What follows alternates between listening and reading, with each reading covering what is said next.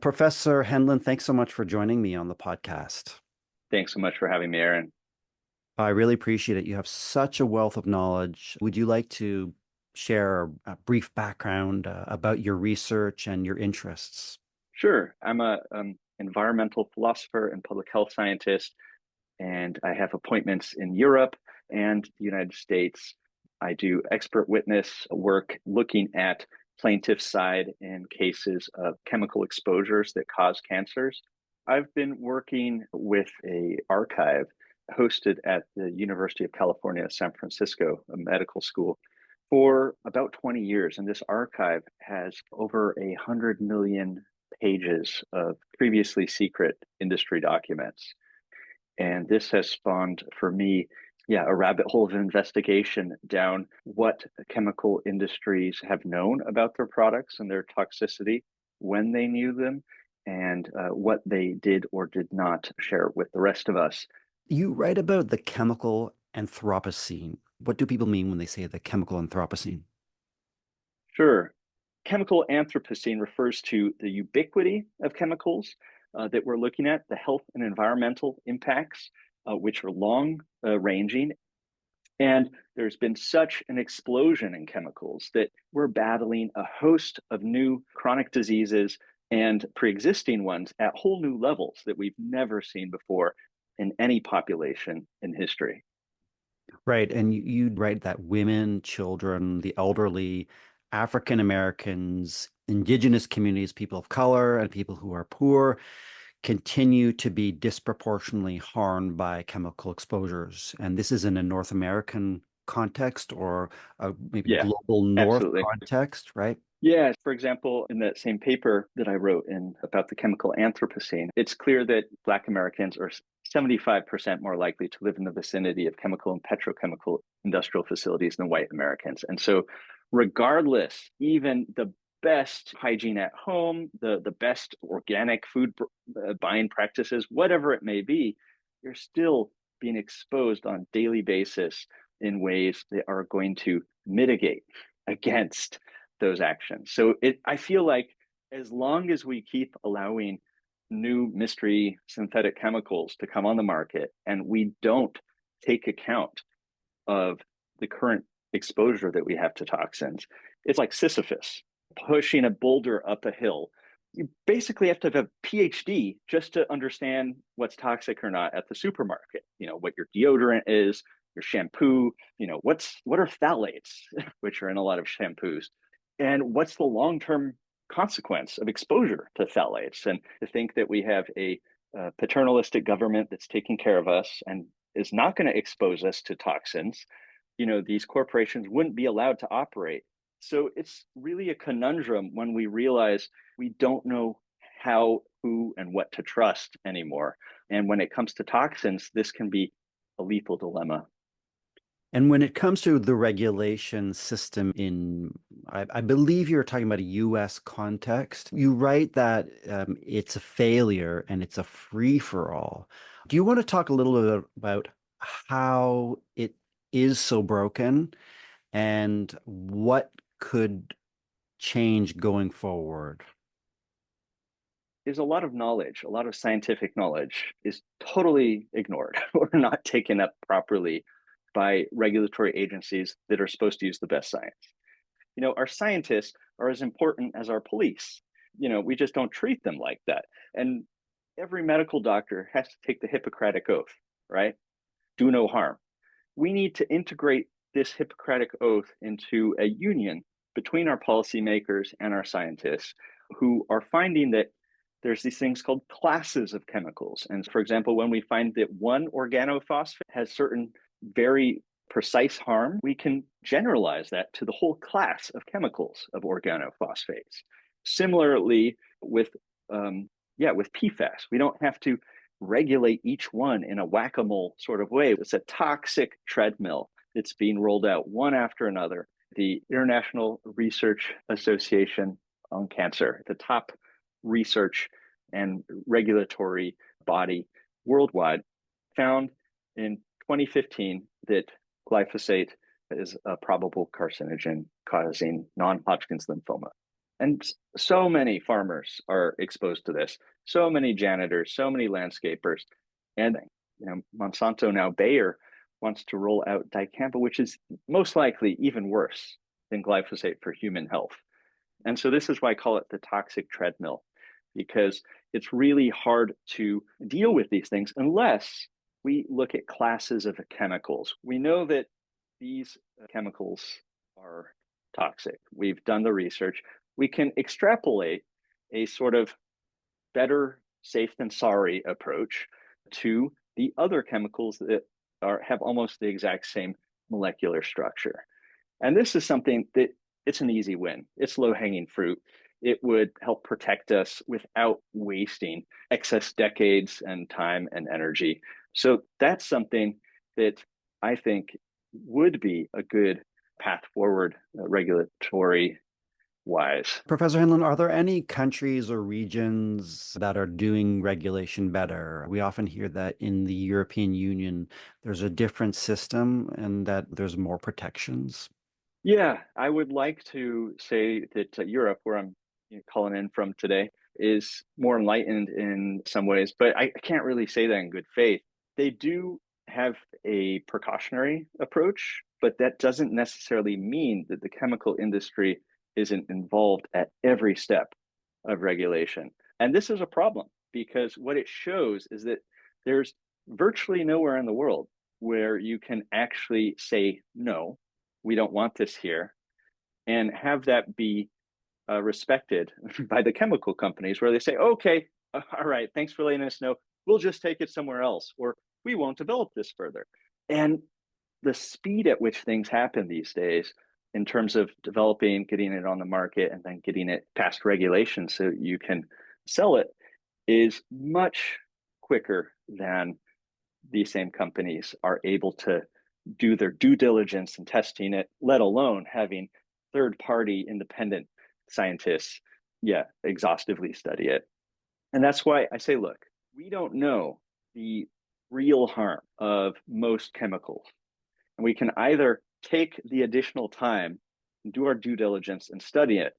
We currently have a safe until proven toxic approach. And the collateral damage from that approach is us. It's all the people exposed. It's all the slow mounting 20, 50 years of epidemiological cases where people find, oh, there's all these people with this new weird disease or with this cancer. Why is that happening? What's the common denominator? And then somebody figures out, oh, they've all been exposed to this chemical. And then we find out, oh, that's the toxicity level. But we do it by using us as guinea pigs. And I don't really see how that's a good way forward, especially with so many chemicals at once. It's a losing proposition on that scale. It's going to undermine the stock of human beings. It's going to mess with our genes. It's not going to allow us to have the capacity to confront the problems that we are challenged by because we will have less capacity after being exposed, by this soup of toxins that we're swimming in. Professor Hendlin, you write about sacrifice zones. Do you want to talk a little bit about what you mean by sacrifice zones? And do you think that people with multiple chemical sensitivity could be considered as one of the groups of people who are sacrificed? Absolutely. So the term is an old one from the environmental justice pioneers from the 80s and 90s who realized that places like Cancer Alley, where we basically are happy to have these just be wastelands. If you're being exposed to many more things than your peers, you're likely to develop other chemical sensitivities. For example, if you live next to a golf course where they spray tons of pesticides, if you're within a 500 meter, that's half a kilometer radius of a golf course, you have a triple the chances of getting cancer. Now, I wouldn't call that a chemical sensitivity. I would call that bad geographic luck if keeping the greens green is done at any cost to health, which in a lot of places it currently is, though notably not in Scotland, the origins of the sport, where they have some rough greens in favor of ecological and human health. But absolutely, people with multiple chemical sensitivities are basically swimming in an arena where you don't know what you're going to get when you exit the door, but you also don't know necessarily what you're bringing in the door. And even if you're careful, it can sometimes be devastating to realize that you have some new symptom showing up and you have no idea what is setting it off. One of the challenges that people with MCS face is being validated by healthcare professionals. And we're often dismissed and told that it's all in our heads. What do you make of efforts to minimize the impact of chemicals on human health, and in particular, the way that people with MCS are dismissed in light of all the potency of chemicals? Yeah, so again, I'm going to point to the research of my colleagues at UCSF in the Environmental Health Initiative. They had a paper looking at the current buffer room that, EPA or other agencies that are supposed to protect us provide.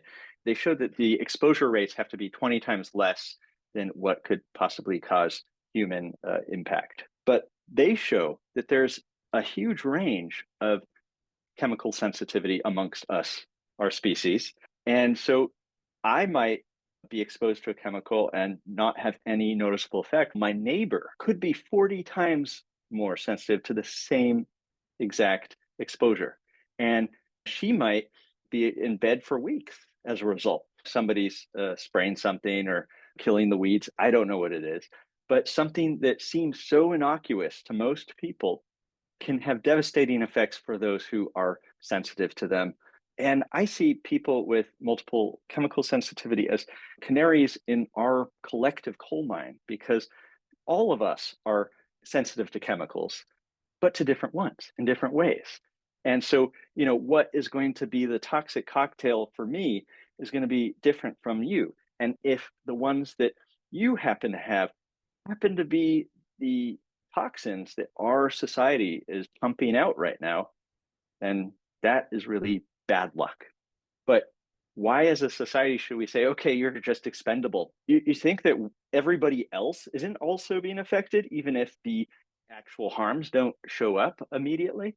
That is what gets me because we have no idea. Okay, so maybe I was exposed to something 20 years ago and I had no noticeable effect at the time. But say that PFOA from the non-stick on my Teflon pan bioaccumulated in my body, and then 20 years down the line, aging, my metabolism's slowing, and I hit a critical threshold. I might have an autoimmune disease and not know where it comes from, right? And let's not even bracket mental health, because mental health is very connected to these exposures as well, but not in the very rudimentary linear causalities. We have this sort of toxic resilience discourse in our society where we all should somehow be able to keep calm and carry on, even in the face of clear signs of impact from these things. And we can't necessarily trace it to this thing or that. But Right. as scientists, we can know from a chemical level, a biochemical level, that these multiple exposures can oftentimes bioaccumulate. And we don't know what's going to tip off whatever chain reaction inside of us when we're dealing with so much novel chemistry in our environment every day, everything we touch, pretty much in these built environments, which have very little resemblance to our living ecologies that we inherited as a species. We do know if you put your hands in the soil and do some gardening, get your hands dirty, literally that dirt under your fingernail can boost your immune system. These are funky things that sound far out until you actually dive into the science of it and realize that these microbes, they boost your mood, they can help, yeah, make you more resilient for other pathogens.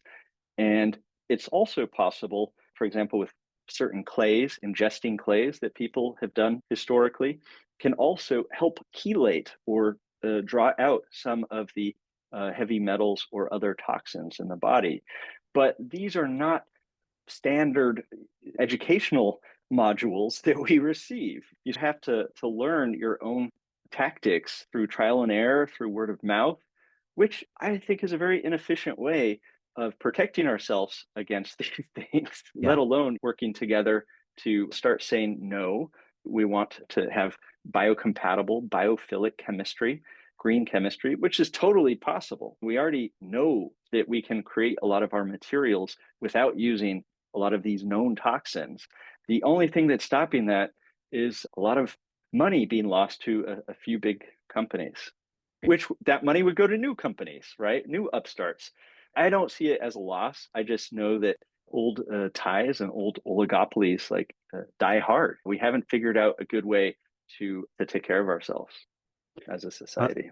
Understood. And just wanted to build on something you shared. So when people with multiple chemical sensitivity react to a particular product, we're often told what's wrong with you or you're too sensitive, right? Even the name multiple chemical sensitivity implies we're just being too sensitive or there's something flawed with us. But scientists do know, correct, that many of these products are indeed harmful because we're often told they're not, that it's just our problem. Yeah, I feel you on that. I think part of it is a time lag problem. We see that a lot of people who say, hey, I don't feel good, something's off, or I'm incapacitated, can be very drastic changes. And we are in many ways gaslighted by our governments, by the industry for 20, 40, 50 years. And then after that, they're like, oh, yeah, it had problems. But by that time, we learn to distrust our intuition and our own bodies so much and say, oh, it must just be me. That we can't even necessarily do anything positive with that. We can't connect with others. Now we have so many more resources with the internet, with all these groups. One of the things I study is rare diseases, right? And so in medicine, you're taught to think, if it's like a horse, it's a horse, right? It's not a zebra, it's a horse. Don't think zebra, think horse. Horses are much more common than zebras. But when it comes to rare diseases, we need to be thinking zebras instead of horses. We need to be looking in those places that we don't normally look. We need to be also taking patients seriously. There's one thing that we will never know from another human being, and that is whether they're really in pain. Nobody can know another person's pain. Sure, you can say, okay, they're wincing, they're limping, whatever, but pain is something that is so personal. And I think that there's a long history, which is probably well known by some of your listeners, of systemically minimizing or underestimating the pain of many populations. But And particularly women. particularly women, Mm, particularly African Americans, immigrants, the list goes on. Interesting because it's like the opposite. The people who we think of as very robust, often when they say they're in pain, they get treated to the maximum degree, get all the painkillers they need or whatever it is. And the people who we think of as, complaining or whatever, they might need much more treatment than they're getting, but they don't get it because they're not perceived as actually honest reporters of their own experience. yeah, We know that this happens with people with, yeah, multiple chemical sensitivity. It's what's your problem? It's like right. it's your problem. It's not an environmental problem. It's not a collective problem. No. It's not a problem with the way that we are meeting our needs. No, it's you're the problem. So let's break it down. I'll just share a personal example from yesterday where I practiced judo with my children. I react very strongly to the air freshener that's used, right? So I take steps to get in touch with the facility and begin a process of discussion. And we know that can be effective and often it's not effective. And it's really a me problem. But in your view, given what you know about the harms of toxic chemicals, is it a me problem or is it an everyone problem? It's an everyone problem. If these toxic chemicals were not the ones being used, but some, I don't know, if they had some sort of, yeah, lemon peel or something, that they were cutting up lemons and putting them around, or orange peel or something, then It's true that sometimes people have large reactions to certain scents, and not all of those reactions are always negative, right? Sometimes if I'm sneezing, maybe I need to get rid of phlegm, right? Maybe it's some sort of detoxing process. But when we're talking about chemicals that are known to affect our bodies negative ways, that are designated as toxins because of their chemistry, their physical properties, and then they're aerosolized, so they go deep into our lungs, for example, then that's something where you're doing a public service as far as I'm concerned. There are many environments that I'm in that people ask to have a fragrance free environment, right? They say, please, this is a fragrance free event. So please don't put on any perfumes, don't put on any of these things because they can really negatively affect somebody's experience. So that the whole time, instead of being in the seminar or being able to do judo, you're thinking, I don't feel good. I feel attacked. I don't feel safe. That's the predominant overriding concern when it should be something else because you're not there to feel threatened, to feel like you're going to have a physical reaction at any moment. And so while you might be the one who is calling that out because it's just something that you just can't deal with in a sense, there's many others who on a subconscious level probably are being affected, maybe even to a similar degree, but they're not even aware that it's the air freshener that's doing that. Yeah. And this is the issue, right? Given what you know, what scientists know about the harms of these toxic chemicals and the level of gaslighting, as we aim to wrap up this conversation, what do you think should take place going forward? How can we push back and make change in light of this ongoing gaslighting and denialism? Yeah. So principally, we need to find better ways to be honest about the trade offs, better living through chemistry, paint the earth. These are just some of the slogans of these leading toxin manufacturers. And they do provide services badly needed. In the 21st century, we know that there are better ways to do this.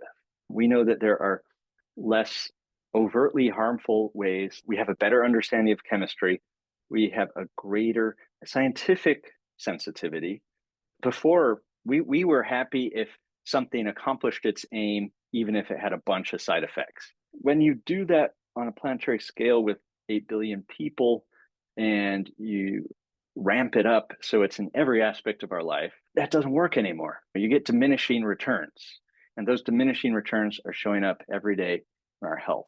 So I would say making best use of our knowledge of chemical reaction databases for all chemical approval regulation. And this can be done on a local level, on a state level, on a country level. It can be done at an international level through IARC, the International Agency for Research on Cancer. And we can look at Rachel Carson. You know, she was a good storyteller. She was a scientist. She was a biologist, right? But she was a great storyteller. She helped the rest of us become sensitive to things that maybe we had an inkling of, that something was wrong, but she helped us put our finger on it and put it into words. And that's what helped us ban DDT in the United States. So I really think that good storytelling does make a difference in conjunction with organizing scientists, people, for example, with multiple chemical sensitivity, people who have been affected, people with rare diseases.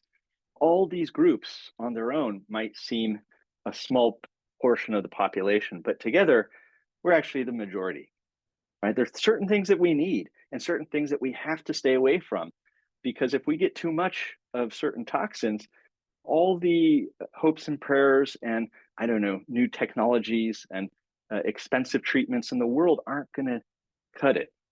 Thank you so much for taking the time to share with us. I really appreciate it. Thank you, Aaron.